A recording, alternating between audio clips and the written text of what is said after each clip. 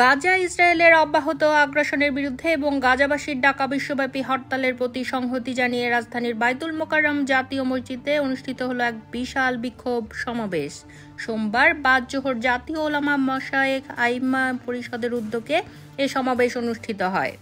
জোহরের নামাজে অংশ নিতে দুপুর 1টা থেকে বাইতুল মোকাররমে ভিড় জমাতে থাকেন নানা বয়সী মুসল্লিরা। নামাজ শুরু হয় 1টা 15 এবং শেষ হয় 1টা 27। নামাজ শেষে উত্তরের গেটের সামনে সমবেত হন মুসল্লিরা। এরপর পুরো এলাকা জুড়ে গর্জে ওঠে প্রতিবাদী স্লোগান, নারায়ে তাকবীর, আল্লাহু আকবার, ফিলিস্তিনি জিন্দাবাদ, ইসরায়েলের কালো হাত ভেঙে দাও ভেঙে দাও। স্লোগানে স্লোগানে যেন কেঁপে ওঠে রাজধানীর ব্যস্ততম এই মসজিদ এলাকা। সমাবেশে অংশগ্রহণকারীরা ইসরায়েলের মানবাধিকার লঙ্ঘন এবং গাজায় হাজারো মানুষের মৃত্যু ও ধ্বংসযজ্ঞের তীব্র নিন্দা জানান।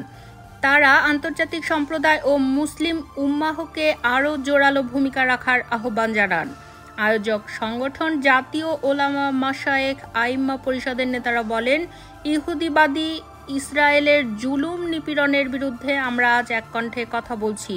ফিলিস্তিনের পক্ষে এ লড়াই আমাদের ঈমানি দায়িত্ব।